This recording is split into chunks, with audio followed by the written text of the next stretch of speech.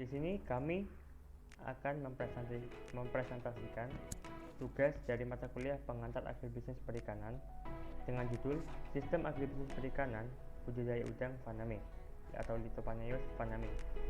Kelompok ini terdiri dari 3 orang, di antaranya saya sendiri, Dimas Gali Kusuma, kemudian ada Dimas Adi Setiawan dan Aditya Putra Permana.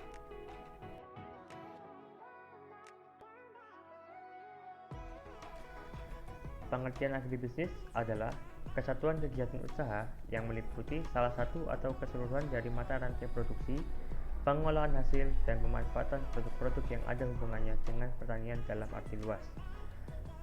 Agribisnis perikanan adalah semua kegiatan di mana terdapat organisasi manajemen yang dirancang untuk menghasilkan nilai komersil dengan pengolahan dan pemanfaatan sumber daya ikan dan lingkungannya. Permintaan pasar udang faname menurut Anna et al. tahun 2016, permintaan pasar akan hasil perikanan terutama udang faname membuat banyak pihak ingin menjadi pembudidaya udang dikarenakan memiliki harga pasar yang stabil dan dapat dibudidayakan dengan mudah. Selain itu, udang faname memiliki keunggulan spesifik seperti adaptasi tinggi terhadap suhu udara dan perubahan salintas serta laju pertumbuhan yang relatif cepat. Sistem agribisnis perikanan dibagi menjadi 4, yaitu subsistem 1, subsistem 2, subsistem 3, dan subsistem 4. Subsistem 1 terdiri dari sarana dan prasarana. Subsistem 2 terdiri dari perikanan budidaya. Subsistem 3 terdiri dari pengolahan dan pemanfaatan hasil perikanan, dan keempat adalah komersil. Di antara keempat sistem tersebut terdapat sistem pendukung atau penunjang. Di antaranya adalah lembaga keuangan, lembaga perikanan, lembaga penelitian, dan lembaga penyuluhan. Baik, selanjutnya saya akan menjelaskan tentang subsistem yang pertama, yaitu praproduksi. Dalam subsistem ini, para pembudidaya lebih berfokus dalam pengadaan sarana dan prasarana produksi perikanan. Dalam budidaya udang faname sendiri, biasanya sarana dan prasarananya yang dibutuhkan adalah persiapan kolam, pakan, pemilihan bibit, pupuk, obat dan vitamin, peralatan, serta tenaga kerja. Untuk subsistem yang kedua, yaitu produksi. Dalam hal ini, produksi budidaya udang faname dilakukan pada tambak yang memiliki air payau. Proses produksi merupakan proses yang dilakukan oleh para pembudidaya udang faname dalam mengelola input, baik itu lahan, tenaga kerja, modal, teknologi, dan manajemen untuk menghasilkan produk perikanan yang baik dan optimal. Selanjutnya, subsistem yang ketiga yaitu pasca produksi. Dalam subsistem ini terdapat kegiatan ekonomi yang di dalamnya terdapat proses pengumpulan, pengolahan, penyimpanan, dan distribusi produk perikanan. Penanganan dan pengolahan udang setelah dibudidayakan akan memberikan nilai komersil yang berbeda. Hal ini terjadi karena proses penanganan dan pengolahan udang faname yang dilakukan untuk menghasilkan suatu produk berbeda-beda.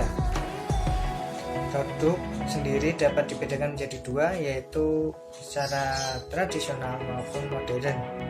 Untuk produk tradisional biasanya dilakukan secara sederhana dan tidak memerlukan alat yang banyak dan kompleks. Biasanya dilakukan oleh industri skala kecil dengan hasil produknya biasanya digoreng, dibakar, maupun produk olahan lain yang secara tradisional dengan masa simpan kurang lebih selama 1 minggu. Kemudian untuk produk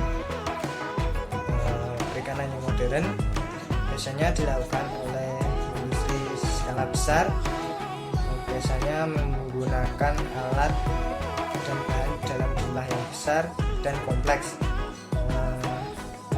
Hasil produk olahan secara modern biasanya seperti frozen food, baik itu bakso udang, nugget udang maupun produk-produk olahan lain yang biasanya masa simpannya bisa minimal itu selama 1 tahun. Kemudian untuk kegiatan ekspor impor itu termasuk dalam pengelolaan produk budidaya secara modern. Hal ini dikarenakan terdapat peraturan-peraturan antar negara yang membuat produk ini harus diolah secara modern guna mendapatkan hasil yang terbaik, yaitu fresh, masih layak untuk dimakan dan bebas dari bahan pencemar.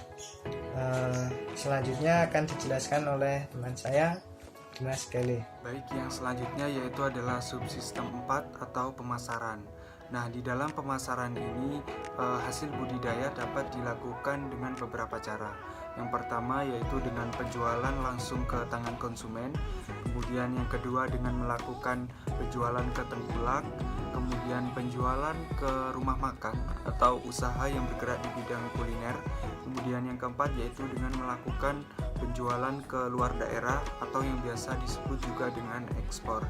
Nah, di dalam sistem agribisnis, pemasaran ini sangat penting dilakukan karena berfungsi untuk menambah keuntungan bagi pelaku produksi.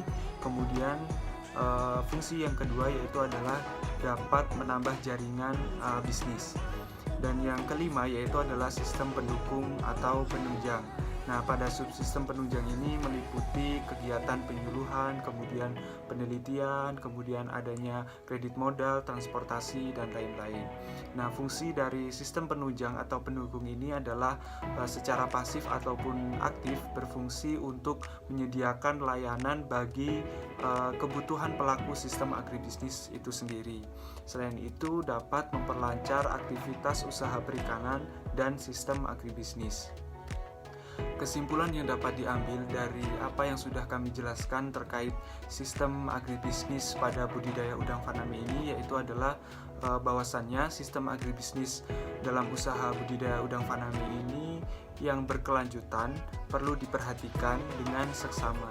Hal ini untuk permintaan dari udang faname itu sendiri sangat meningkat terutama di Indonesia itu sendiri karena dari udang faname ini memiliki kelebihan yaitu dengan harga pasar yang sangat stabil, kemudian dapat dibudidayakan secara intensif atau budidayakan dengan mudah. Nah, untuk subsistem yang perlu diperhatikan seperti yang sudah dijelaskan tadi, yang pertama yaitu adalah subsistem 1 atau produksi, kemudian subsistem 2 yaitu produksi, subsistem 3 yaitu adalah pasca produksi, subsistem 4 yaitu pemasaran, dan subsistem 5 yaitu adalah sistem pendukung atau penunjang. Sekian yang dapat kami sampaikan, kurang lebihnya kami mohon maaf. Wabillahi taufiq wal hidayah. Wassalamualaikum warahmatullahi wabarakatuh.